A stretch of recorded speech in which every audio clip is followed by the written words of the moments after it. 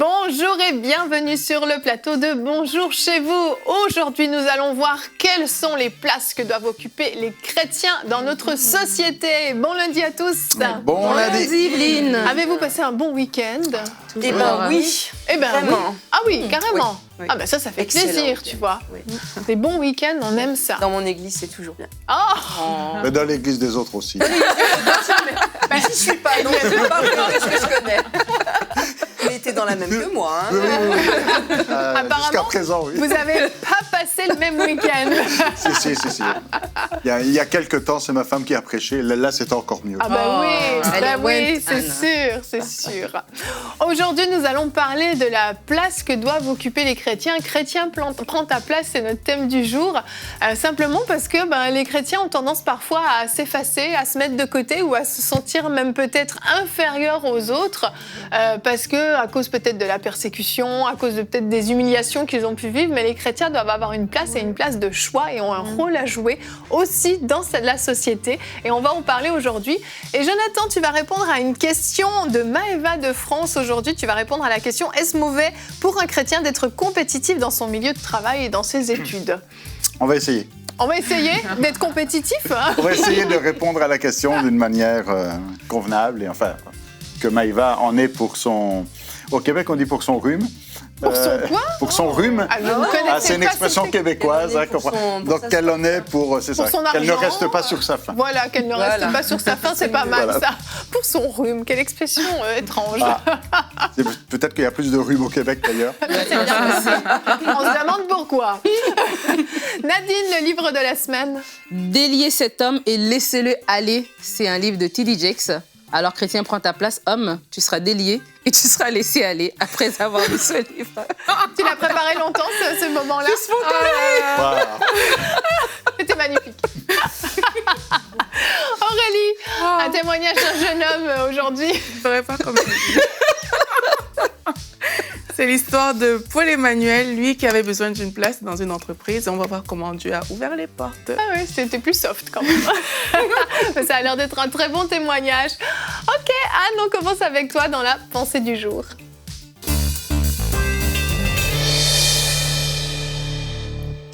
Oui, Dieu nous appelle à faire la différence dans notre génération. Et je vais commencer par Matthieu 5, 13 à 16, qui est un des versets que je chéris le plus dans la parole de Dieu, parce que il donne une image de moi qui est chère au cœur de Dieu. Vous êtes le sel de la terre. Et si le sel perd sa faveur, avec quoi la lui rendra-t-on? Il ne sert plus qu'à être jeté dehors et foulé aux pieds par les hommes. Vous êtes la lumière du monde. Une ville située sur une montagne ne peut être cachée, et on n'allume pas une lampe pour la mettre sous le boisseau, mais on la met sur un chandelier, et elle éclaire tous ceux qui sont dans la maison. Que votre lumière luise ainsi devant les hommes, afin qu'ils voient vos bonnes œuvres et qu'ils glorifient votre Père qui est dans les cieux. Alors on est la lumière du monde, le sel de la terre, et on est fait pour éclairer toute la pièce. Et même là, c'est traduit par chandelier, mais c'est un porte-lampe. C'est vraiment une lampe qui va éclairer toute la pièce. Chandelier, on a l'impression que c'est une petite bougie qui éclaire juste 10 cm. Là, c'est un porte-lampe qui va éclairer toute la pièce. Alors, on n'est pas tous appelés à être pasteurs, évangélistes, des grands docteurs de la parole de Dieu, mais par contre, on est tous appelés à être le sel de la terre et à amener cette bonne odeur de Christ partout où le Seigneur va nous placer. On est amené à apporter les valeurs chrétiennes qui vont faire le poids, qui vont faire la différence là où on sera. Parce que c'est ça qui va donner du goût, c'est ça qui va donner toute sa saveur à la société. D'ailleurs, on le sait, les pays où il y a beaucoup de chrétiens ont une autre saveur, ont d'autres valeurs que ceux qui ont délaissé Dieu ou qui ne le connaissent pas encore. Et à l'époque actuelle, c'est vrai que les valeurs chrétiennes qui ont eu un temps, quand même, la place d'honneur, sont en grave recul. Et on le sait, la Bible nous le dit, on est dans la fin des temps et on est exactement dans cette période où on appellera bien ce qui est mal et mal ce qui est bien. Alors, on est à un tournant de l'histoire et c'est exactement à ce moment où les ténèbres épaississent que les chrétiens ont encore plus que jamais leur rôle à jouer pour apporter la lumière de Christ partout où ils sont. On sait que quand un grand nombre de gens se convertissent, il y a une atmosphère dans le pays qui change. Ou alors dans une entreprise, dans une école. Ça fait pas longtemps, je vous ai raconté l'histoire du réveil au Pays de Galles et on voyait que les multiples conversions ont changé complètement la saveur de la société. La société a en quelques mois changé ses valeurs fondamentales. Alors Dieu nous a tous appelés à faire briller les valeurs de Christ dans le milieu où nous nous trouvons. Alors c'est sûr, on est amené à apporter le témoignage de la bonne nouvelle pour le salut des âmes, mais aussi tout ce qui l'accompagne, c'est-à-dire tout ce qui accompagne le renouvellement de la personne qui s'est donnée à Christ. Parce qu'il n'y a pas que le fait qu'on soit sauvé qui change quand on est à Christ. Il y a toutes nos valeurs qu'on amène aussi à un changement. Il va y avoir un haut niveau d'intégrité, d'honnêteté, aussi une fiabilité. Quand on dit qu'on sera là à 8 heures, on est là à 8 heures, pas à 10 heures. Quand on est chrétien et qu'on respecte notre Dieu, on va donner cette saveur, on va respecter les lois locales, on va être loyaux envers nos employeurs, envers nos amis, envers nos voisins, notre famille. Et il y a dans la parole de Dieu des exemples d'hommes de Dieu qui ont amené les valeurs du royaume dans les hautes sphères du pouvoir. Il ne s'agit pas seulement de les amener à l'école ou dans notre petit cercle, mais parfois, pour certains, dans des sphères de grande influence. Il y a eu Joseph, il y a eu Daniel, il y a eu Néhémie. Et ces hommes ont été utilisés par Dieu de manière puissante pour changer la société dans laquelle ils étaient, mais par le haut. Alors non seulement ils ont brillé par leur qualité personnelle, mais aussi par toutes les valeurs qui sont conformes aux standards de Dieu. Et ils ont amené aussi une faveur de Dieu avec eux. Alors je vous encourage, vous qui nous écoutez ce matin, à chercher vraiment la face de Dieu et à trouver votre propre voie là où Dieu veut que vous soyez. Et puis, ça peut être dans de la politique, mais pas seulement. Souvent, on pense juste politique, je vais m'engager en politique pour faire changer les lois, faire changer ci, faire changer ça. Mais je vous dis qu'un changement par le bas, c'est aussi valable qu'un changement par le haut. C'est juste que chacun a la place que Dieu lui a prévue. Ça va être au niveau économique, industriel, en éducation, si vous êtes professeur ou responsable de cursus universitaire. Alors c'est pour ça que si vous m'écoutez, que vous avez des capacités à l'école, n'hésitez pas, priez Dieu pour qu'il vous montre, parce que peut-être qu'il se servira de vous au travers de grandes études pour être dans des postes à grande responsabilité.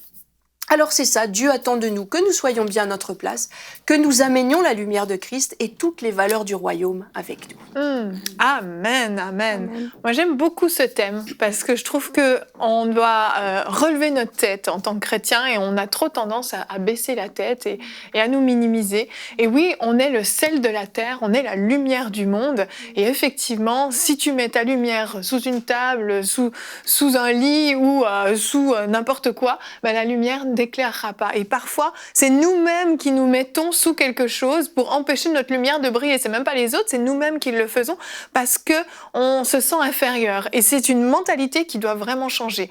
Nous avons de la valeur, nous sommes précieux, nous sommes le sel de la terre et nous avons besoin d'assaisonner partout où nous passons. Tu as fait un petit lapsus dans ta pensée du jour, tu as dit que le sel, tu as parlé de la faveur du sel et non de la saveur, mais oui, mais c'est prophétique. Mais c'est faveur dans le prophétique. sel. Mais parce que les chrétiens ont la faveur. C'est la faveur aussi. pour la saveur.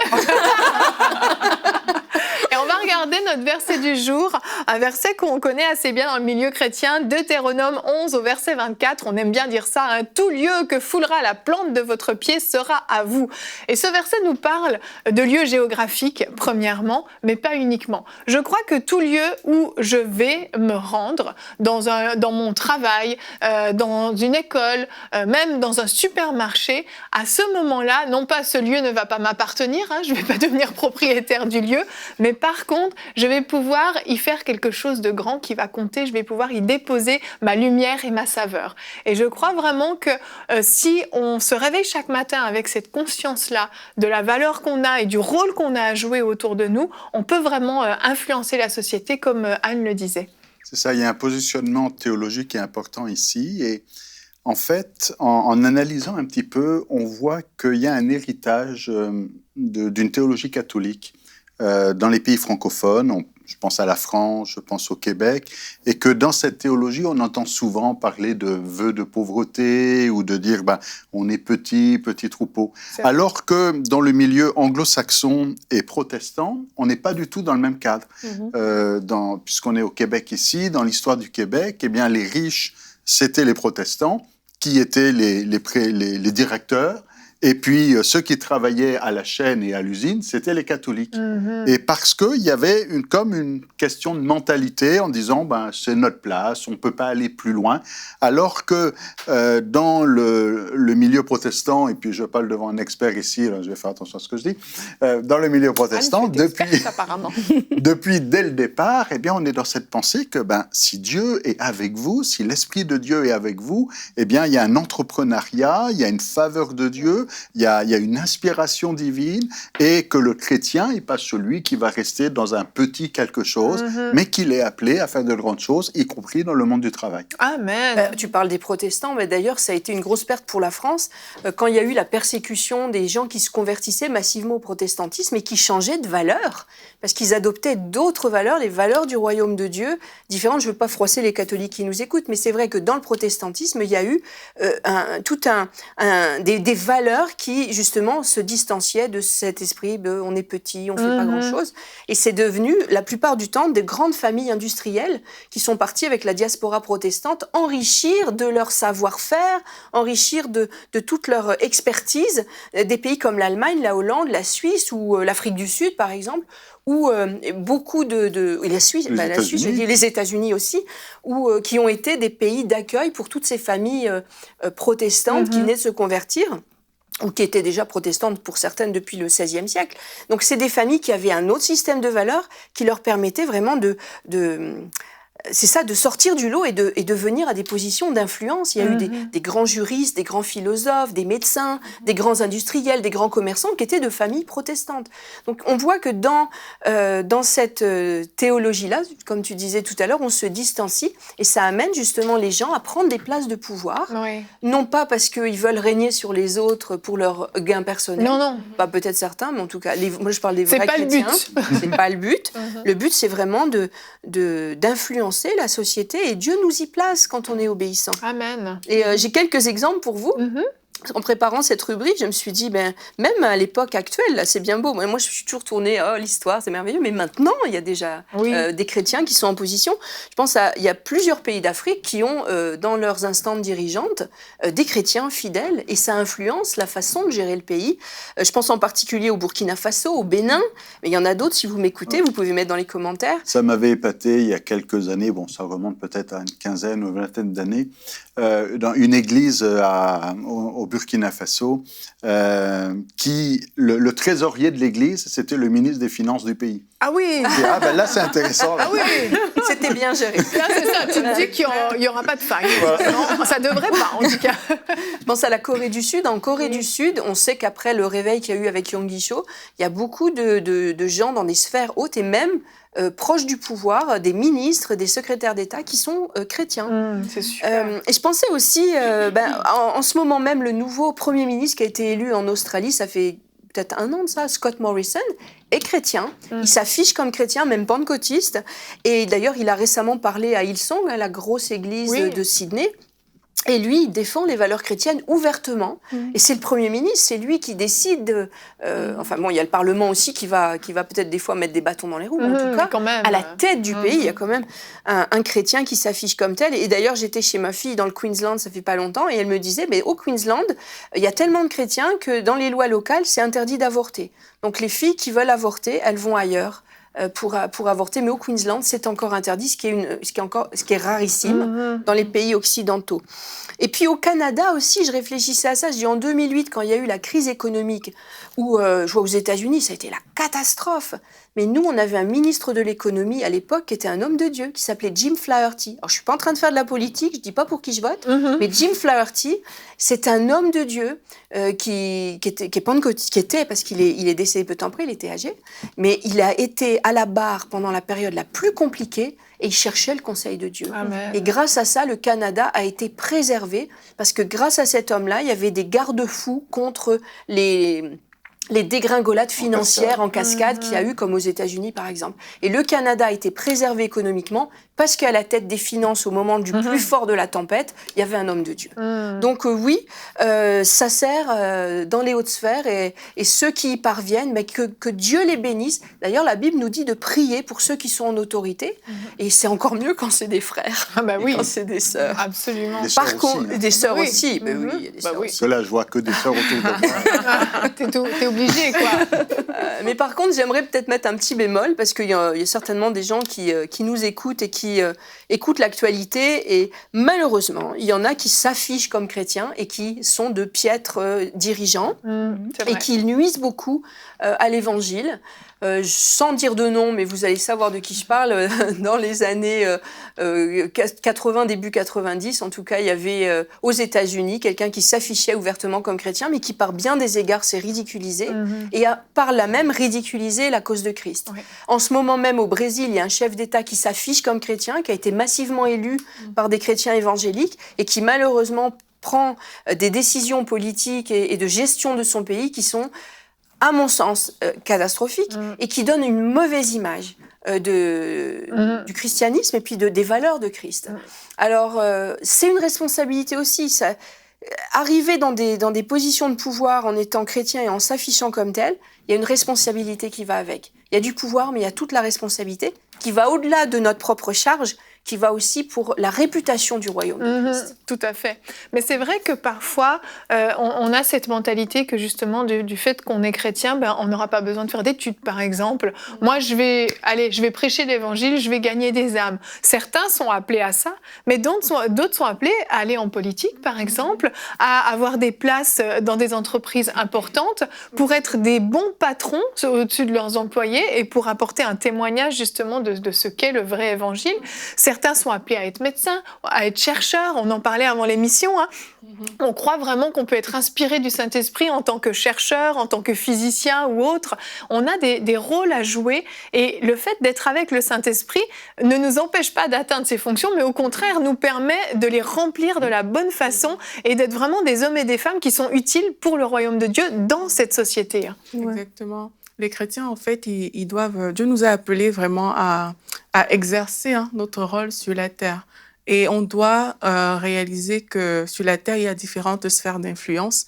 Et il faut pouvoir justement occuper ces sphères d'influence si on veut exercer ce rôle-là.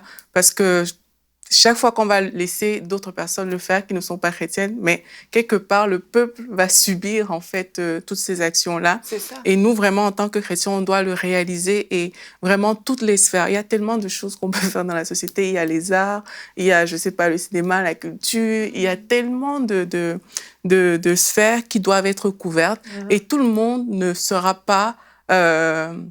Tout le monde n'est pas comme pasteur dans une église. Donc, il va falloir que les chrétiens se démarquent. Il va falloir que les chrétiens se démarquent dans toutes ces sphères aussi de la société.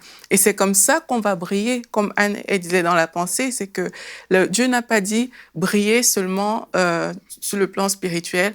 Et puis, en politique, ne brillez pas. Dans les arts, ne brillez pas. Ailleurs, voilà, ne brillez pas. Il nous appelle vraiment à briller, mais à tous les niveaux. Donc, c'est maintenant à nous de nous placer devant le Seigneur et de dire, mais Seigneur, voici ma vie, mais voilà, peut-être moi, je suis plus intéressée, je ne sais pas pourquoi je pense beaucoup aux arts, je suis plus intéressée à ça. Seigneur, comment je peux briller pour ta gloire? Parce que c'est ça le but de prendre sa place. Ce n'est pas juste pour occuper une fonction, mais parce que voilà, on doit devenir quelqu'un d'important. C'est vraiment, Seigneur, comment est-ce que je peux manifester ta gloire dans ce domaine-là et accepter de prendre la place que le Seigneur va nous donner. Donc, accepter la responsabilité qui vient avec, accepter toutes les choses qui découlent en fait de cet appel qu'on aura reçu du Seigneur. Ouais. Et quand on échange ici, un mot qui revient souvent, c'est la mentalité. Et je crois qu'en tant que chrétiens, nous devons aussi amener notre mentalité à faire ce changement de mentalité. D'ailleurs, la Bible nous demande de le faire pour pouvoir épouser vraiment la vraie mentalité de Christ et non la mentalité que nous pensons être celle qui doit être faite. Je crois qu'il y a beaucoup de chrétiens qui se sont dit, la vie éternelle est tellement plus longue. Alors ici, ce n'est que je suis que passager sur la terre. Et passager sur la terre, ils ont associé ça à ne rien faire parce qu'on n'est que de passage sur la terre. Oui, on est de passage sur la terre. Oui, la vie sur la terre va s'arrêter à un moment donné. L'éternité est beaucoup plus glorieuse et beaucoup plus longue. Mais ça ne veut pas dire que pendant que nous sommes sur la terre, nous devons être inefficaces ou nous devons être dormants, nous devons être de côté par rapport à ce qui se passe dans la société. Et je crois que ça, c'est déjà cette mentalité-là doit vraiment être changée. Et la deuxième des choses, c'est quand tu parles de, par exemple, des personnes qui sont appelées au ministère en se disant, ben moi, je fais rien parce que je suis appelée, ou bien je préfère être appelée que de faire. Mais chaque personne doit faire ce qu'il a à faire selon ce que Dieu lui a donné. Et aller au ministère, ce n'est pas un échappatoire à la vie de tous les jours. Si tu vas dans le ministère, c'est parce que tu es réellement appelé au ministère. Et les gens qui sont réellement appelés au ministère vont se rendre compte que c'est du travail, c'est des sacrifices. On ne rentre pas au ministère parce qu'on n'a pas envie de faire des longues études. Non, parce que même quand on est dans le ministère, oui, le Saint-Esprit nous inspire, mais nous allons lire des commentaires bibliques, nous allons fouiller la parole, nous allons creuser, nous allons nous asseoir devant notre Bible et chercher le conseil de Dieu. Donc, c'est pour dire que faites ce que vous avez à faire et travailler, c'est aussi adorer le Seigneur. Travailler, c'est aussi dire à Dieu, tu m'as rempli et voilà ce que je fais de ce que tu m'as donné. Travailler, ce n'est pas un fardeau ou comme certaines personnes peuvent le penser. Ce n'est pas être à côté de ce qui est plus important, mais travailler, c'est aussi adorer Dieu. Et nous devons travailler, nous devons bien travailler. Et lorsque nous travaillons, et lorsque nous sommes chrétiens, comme Anne l'a dit dans sa pensée, que ce soit des personnes qui sont en bas, entre guillemets, mais il y a quand même une influence. Ça fait toute la différence. Quand tu rentres dans un milieu de travail et qu'il y a une personne qui est chrétienne, je t'assure que si ta lumière, elle brille réellement, les gens à côté de toi, ils vont remarquer quelque chose de différent. Ils sauront peut-être pas mettre le mot dessus, mais ils vont vouloir s'arrêter à ton bureau pour te parler. Ils vont sentir il y a quelque chose. Et après, il y aura des opportunités où tu pourras les influencer directement par une parole que Dieu va te donner, mais juste ta présence là va juste faire que la lumière va s'allumer et il y a des choses qui vont tomber. Et vraiment, j'encourage les chrétiens à prendre leur place. Le titre dit « Chrétien, prends ta place », c'est à l'impératif. C'est pas « Chrétien, s'il te plaît », c'est « Prends ta place ». Tu as une place à prendre et vraiment que Dieu te change ta mentalité pour que tu puisses la prendre de la bonne façon. C'est ça, et le message du royaume, la prédication de l'évangile, ça change des vies d'un point de vue spirituel et éternel, mais il y a aussi un concept de justice sociale. Et il ne faut pas simplement dire on est là juste pour apporter le salut, mais si la veuve et l'orphelin sont opprimés, on doit les défendre. Exactement. Mais je vais faire référence à Luther, enfin au roi, Martin Luther King. Martin Luther King, il ne s'est pas dit, moi je suis juste pasteur et je suis là pour prêcher la bonne nouvelle de l'évangile dans mon église. Mais à un moment donné, il s'est levé pour une cause et il s'est combattu pour une cause. I have a dream. Il y a une autre phrase après, mais bon. En tout cas, Tiens bien, t'as la première. J'ai déjà les premiers mots. C'était magnifique. Mais en tout cas, il y a des pasteurs comme ça. Bon, il y a lui, mais il y en a d'autres aussi qui ont fait la différence dans leur pays d'un point de vue justice sociale. Et c'est vrai pour ces pasteurs-là, mais c'est vrai dans votre entreprise. Vous pouvez faire la différence et vous êtes appelés à faire la différence. Amen, amen. Moi, je suis tout à fait d'accord avec ça. Je pense à Joseph même. Hein. Joseph, il a brillé partout où il était. Il a vraiment brillé et il a réussi à grimper les échelons à chaque fois, mais pas en écrasant les autres, mais justement parce qu'il était juste, il était bon, il était droit et honnête et il était travailleur aussi. Jonathan, on va voir justement comment il faut se comporter dans nos études, dans notre milieu de travail, comment on gravit les échelons. Question de Maëva de France dans notre rubrique Pasteur, j'ai une question. Est-ce mauvais pour un chrétien d'être compétitif dans son milieu de travail et dans ses études? Oui et non. On va voir. Comme ça, c'est fait. En fait, tout dépend de ce que l'on met derrière ce mot compétitif.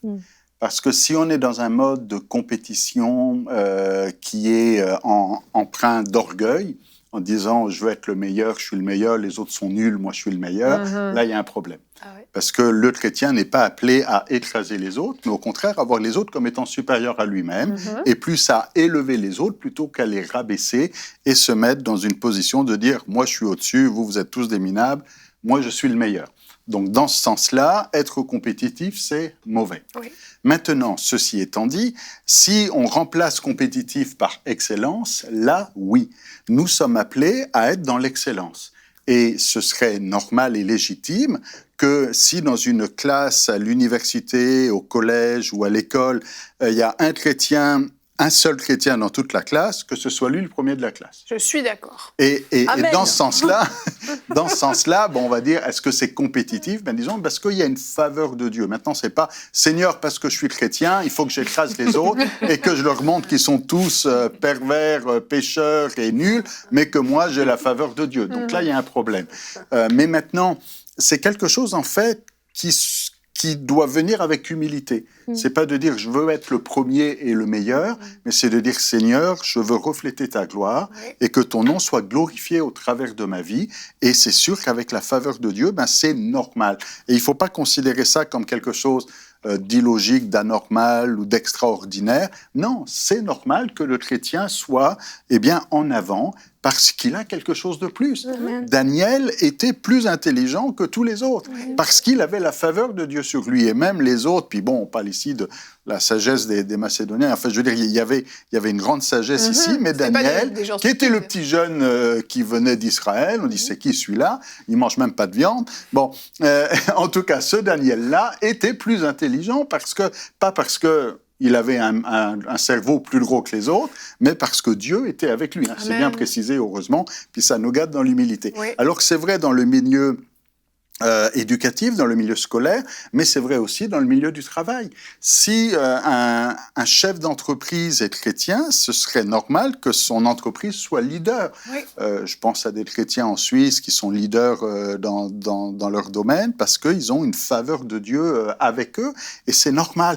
Et maintenant, c'est pas de dire Seigneur, parce que je suis chrétien, je dois être le premier et je vais faire une boisson qui va dépasser Coca-Cola. Donc, on n'est peut-être pas... Je veux dire, il y a une question de problème d'ambition ici, mais par contre, il faut préparer notre esprit et notre mentalité à dire c'est normal qu'en tant que chrétien, eh bien, les choses marchent mieux parce que Dieu est avec nous et c'est à la gloire de Dieu, c'est pour rendre témoignage aux autres. Alors oui, c'est bon pour un chrétien d'être compétitif dans le sens de dire, je veux pas être en disant là, dans cette mentalité de dire on est petit, il faut pas faire trop de bruit, il faut pas, j'ai un groupe de musique, mais bon, on a vendu 5 albums, c'est bien, ou j'ai fait, je suis dans la science ou dans tel et tel domaine et je vais pas plus loin. Non, non, le chrétien doit aspirer à influencer et à prendre sa place, comme on le dit dans cette émission-là. Et c'est normal que le chrétien soit à la tête, mais maintenant, non pas parce qu'il s'y est mis lui-même, en écrasant les autres, mais parce que c'est Dieu qui le pousse, et parce qu'il y a l'Esprit de Dieu et la faveur de Dieu qui le met en haut. Et c'est ça, toute la différence et l'interprétation ici de ce mot compétitif. Oui.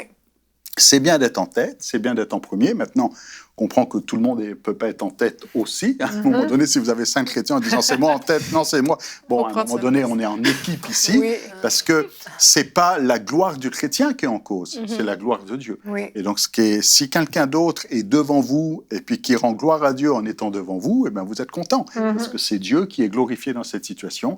Mais si un non-chrétien, quelque part, prend la gloire et puis le chrétien est derrière et puis rame en disant...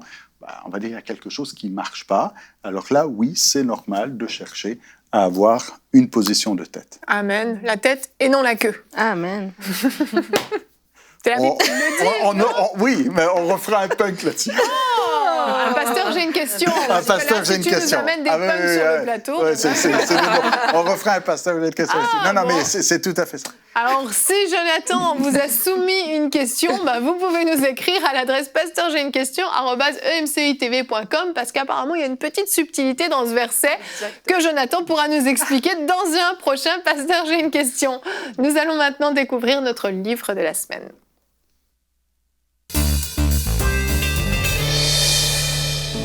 Découvrez le livre de la semaine.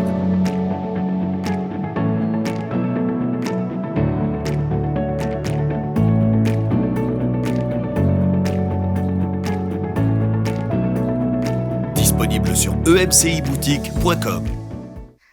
Alors, cette semaine, le livre est de T.D. Jakes, Délier cet homme et laissez-le aller. T.D. Jakes, c'est un homme de Dieu qui est très, très, très connu, évidemment, dans le monde anglophone. Un pasteur vraiment de renom qui a écrit énormément de livres et qui est vraiment un chrétien qui a pris sa place parce qu'il n'est pas resté confiné à l'église, mais il a même fait des films, il avait même une émission de télé. Il brille énormément au niveau des arts aux États-Unis et à travers le monde. Et il a écrit ce livre, Délier cet homme et laissez-le aller. Si ça vous dit quelque chose, ça vient du verset par rapport à Lazare.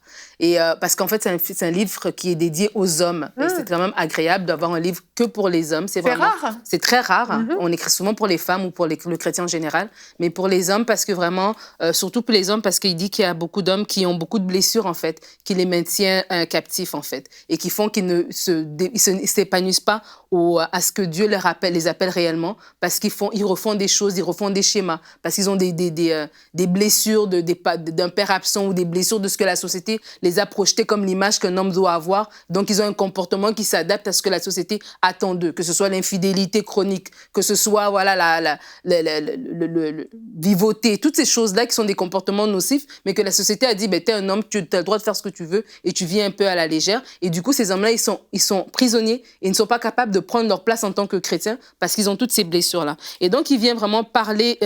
c'est comme, en fait, le livre, quand je l'ai lu, c'était un peu comme une prédication. Quand tu le lis, tu as l'impression d'entendre T.D. Jakes prêcher, si jamais vous l'avez déjà entendu. C'est très, très agréable à l'entendre prêcher parce qu'il prend des textes qu'on a déjà lus plein de fois. Il te sort des richesses, des vérités vraiment profondes. Et il parle vraiment de l'importance aussi en tant qu'homme de trouver un père spirituel, de l'importance en tant qu'homme de vraiment attraper le manteau comme un peu Élisée l'a fait, de l'importance en tant qu'homme de pouvoir sortir un peu de tout ce qui est le carcan qui nous a maintenus captifs pour pouvoir prendre notre place. C'est un livre, je crois, qui vient beaucoup aider les gens au niveau de blessures émotionnelles pour pouvoir vraiment prendre leur place en tant que chrétiens, qui vient beaucoup aider les hommes par rapport à des choses qui ne sont pas capables d'en parler, parce que des fois, l'homme va tendance, encore quelque chose que la société a imposé à l'homme, de tout garder en lui, de pas parler de ses émotions correctement, etc. Toutes ces choses-là qui l'ont gardé captif. Et vraiment, ce livre est un livre vraiment pour vous, messieurs, pour comprendre dans vos comportements qu'est-ce qui est de Dieu et qu'est-ce qui est de l'ennemi, pour trouver qu'est-ce qui est l'ivraie que l'ennemi a planté dans vos cœurs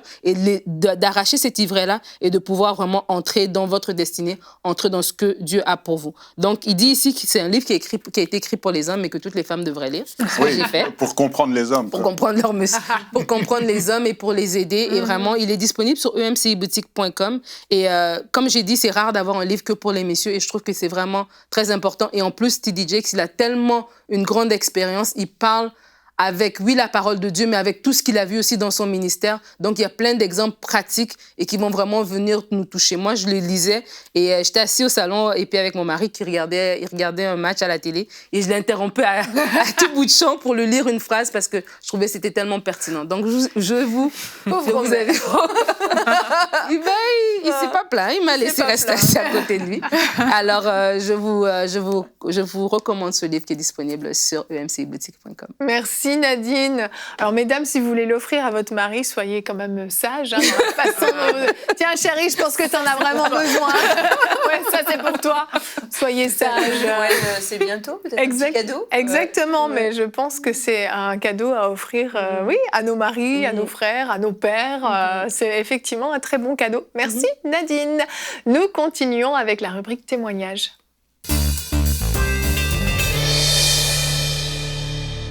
Donc Aurélie, on a un témoignage d'un jeune homme, on reste dans le domaine des hommes pour cette fin d'émission. Oui, c'est vrai que les hommes ne nous envoient pas souvent des témoignages, donc quand on en a, c'est bien.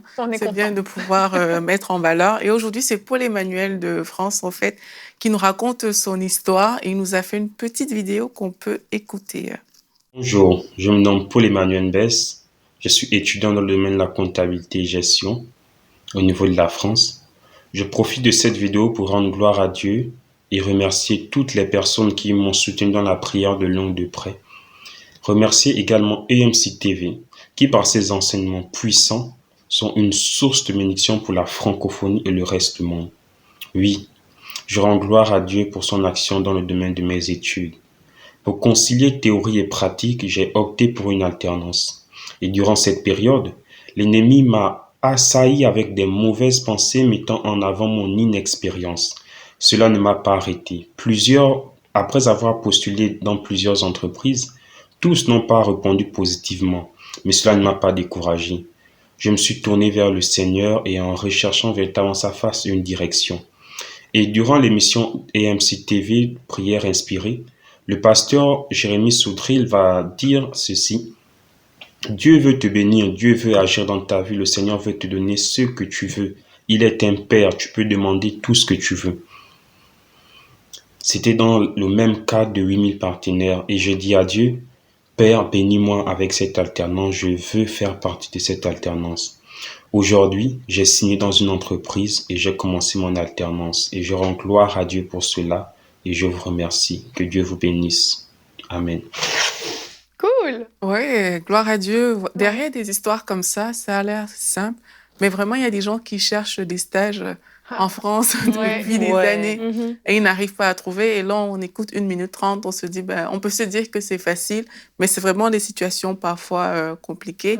Et moi, ce que j'ai retenu dans ce témoignage que j'aimerais vous partager aussi, c'est que pour occuper cette place dans cette entreprise qu'il devait occuper, en fait, pour pouvoir aller plus loin dans ses études, Paul Emmanuel a dû passer par un combat dans ses pensées. Il dit que tout le temps, dans ses pensées, il y a Satan qui est en train de lui rappeler qu'il n'a pas d'expérience, etc.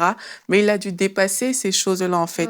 Il a dû persévérer aussi parce qu'il a reçu plusieurs refus, mais il a continué d'avancer, il a continué et il a cherché une direction du Seigneur. Et c'est alors qu'il cherchait cette direction qu'il est tombé sur l'émission Prière inspirée avec Jérémy. Et là, il a reçu cette parole qui lui a dit, mais Dieu est ton Père et il est prêt à te donner ce que tu veux.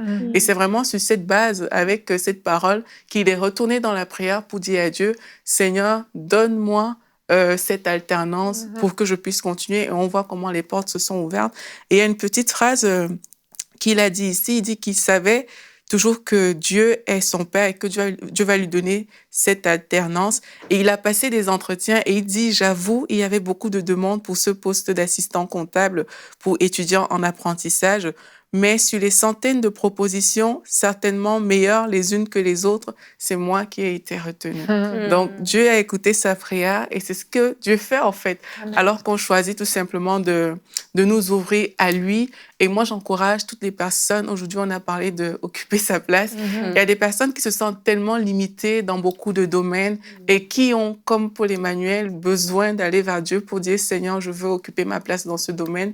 Je veux pas me laisser voler ma place par mes limitations personnelles, par les pensées de l'ennemi, ou alors juste parce que les personnes en face de moi ont jugé que j'étais incapable. Je veux occuper ma place, mais ces personnes, je les invite vraiment à prendre ce temps, comme Paul Emmanuel l'a fait dans la prière, à dire à Dieu, Seigneur, je sais que tu es mon Père, je sais que tu veux me donner le meilleur et je choisis d'occuper ma place et d'y aller et de postuler, ne pas avoir peur, de faire ce qu'il faut faire pour occuper cette place. Et Dieu est fidèle. Amen, amen. Et c'est pas parce que on a parlé beaucoup de places de prestige, entre guillemets, de prestige dans le sens où on a une influence à jouer, mais on peut avoir une influence à jouer dans plein de domaines. Oui. Et je veux juste être sûre que tout ait été bien compris. C'est qu'il s'agit pas qu'on soit tous des grands chefs d'entreprise, de multinationales. C'est pas ça. Dans n'importe quel domaine, et c'est à notre place justement, comme tu le disais Aurélie, dans n'importe quel domaine, on peut avoir ce rôle d'influence qui est vraiment important. En étant caissière dans un magasin, en étant, je sais pas, responsable dans une usine, usine de différentes choses, de conception de meubles, peu importe, dans tous les domaines en fait. Donc il s'agit pas là de dire retournez tous aux études et devenez tous des grands ingénieurs, c'est pas ça. C'est que peu importe dans la place où Dieu vous a placé, là où vous avez été mis, mais ne vous limitez pas, comme Paul Emmanuel aurait pu se limiter en disant non, j'ai pas d'expérience, ça sert à rien que je me lance là-dedans, je vais me contenter du minimum. Non, si vous avez quelque chose sur votre cœur, vous pensez que Dieu vous appelle à quelque chose, allez-y, lancez-vous, n'ayez pas peur, Dieu est avec vous, il va vous donner la capacité, il va vous donner les talents, les compétences dont vous avez besoin pour réussir dans votre domaine. Et le témoignage de Paul Emmanuel est super encourageant, je trouve. Et je veux vous encourager, si vous avez d'autres témoignages à nous apporter, vous pouvez nous écrire, allez sur emcitv.com/témoignage pour remplir le formulaire et nous envoyer votre témoignage. C'est pour nous toujours un plaisir de découvrir ce que Dieu fait dans votre vie. Et pour terminer cette émission, j'aimerais juste encourager les parents qui nous écoutent. Vous avez des enfants et j'aimerais vous encourager non pas à les pousser, à les forcer à prendre des couloirs qui ne sont pas les leurs, pas du tout, mais à leur rappeler la valeur qu'ils ont, qu'ils sont en tant qu'enfants de Dieu, et puis à les encourager à toujours être dans l'excellence, à toujours faire de leur mieux, à toujours vraiment voir loin, voir grand, croire grand, parce qu'ils ont un grand Dieu avec eux.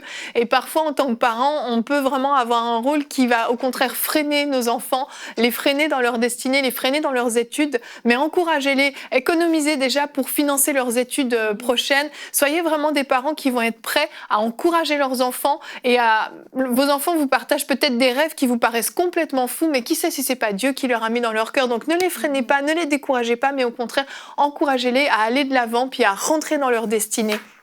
On va se retrouver demain. Notre thème sera « Une fausse doctrine peut-elle bloquer la guérison divine ?» Nous aurons une invitée avec nous, Audrey Mac, qui sera avec nous pour 2 émissions cette semaine. Et on va faire 2 émissions suivies sur la guérison divine. Vraiment, c'est des émissions qui sont très importantes et je crois qu'ils vont changer beaucoup de choses dans nos vies, dans vos vies. Alors si vous êtes malade, si vous connaissez quelqu'un qui est malade ou vous êtes en bonne santé mais vous ne voulez pas tomber malade, regardez les émissions de demain. Merci à tous de nous avoir suivis et bonjour chez vous.